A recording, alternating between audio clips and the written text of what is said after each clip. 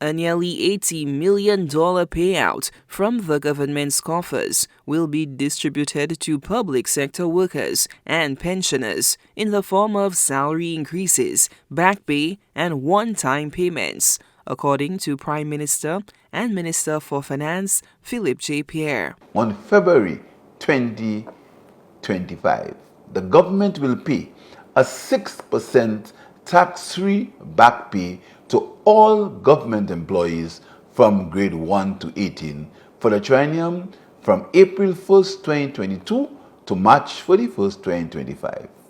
The payment will amount to approximately $34.5 million and will be applied as follows: 2% salary increases for fiscal year 2022 to 2023, 2% for the fiscal year 2023 to 2024, and 2% for the fiscal year 2024 to 2025. The back pay will be paid to all eligible public officers, fortnightly employees, and pensioners employed during that period. The government will also pay the increased salaries from this month on February 20th, 2025. The ongoing negotiations between the Government Negotiating Team, GNT, have yielded success, with the Bodily Correctional Officers Association accepting the government's offer.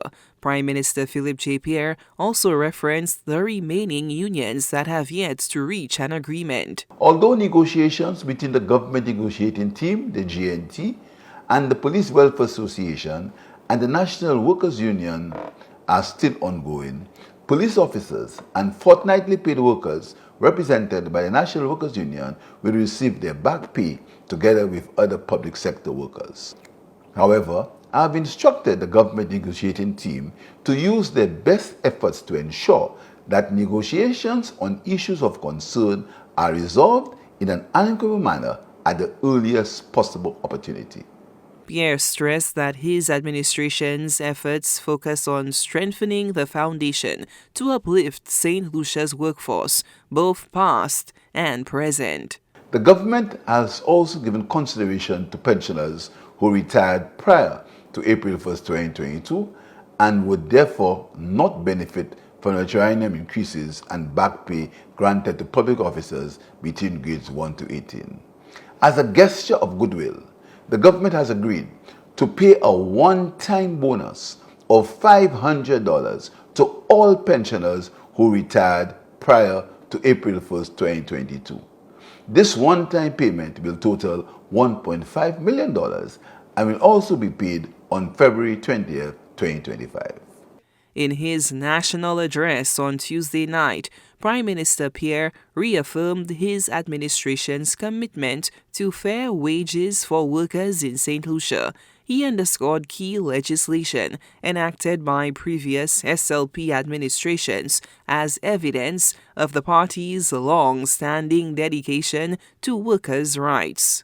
It was the Dr. Kenny D. Anthony administration that passed far-reaching changes in labor legislation by enacting 4 critical pieces of legislation between 1999 and 2006.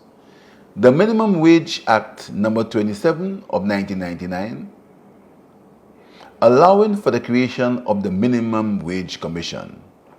The Equality of Opportunity in Employment Act No. 9 of 2000, allowing for equal pay for men and women in the same occupation. The right to trade union representation when supported by the majority in the workplace. And 4, the exemption of income tax on service charge and tips by guests to hotel employees. Pierre also detailed the agreement of another triennium reached by several of the unions and TUF. Going forward, public officers from grade 1 to 18 will receive a 7% salary increase for the triennium April 1st, 2025 to March 31st, 2028. This increase will be applied as follows: 2% for the fiscal year 2025-2026, 2% for the fiscal year 2026 to 2027, and 3% for the fiscal year 2027 to 2028. Additionally, eligible statutory bodies will receive an adjusted subvention to facilitate the processing of back pay and salary increases. Pierre expressed gratitude to the various trade unions, the government negotiating team, and public sector workers for their collaborative efforts in reaching an agreement. He also urged all public servants to make a concerted effort to improve productivity for the benefit of the people of St. Lucia. Lucia Alfred, HTS News Force.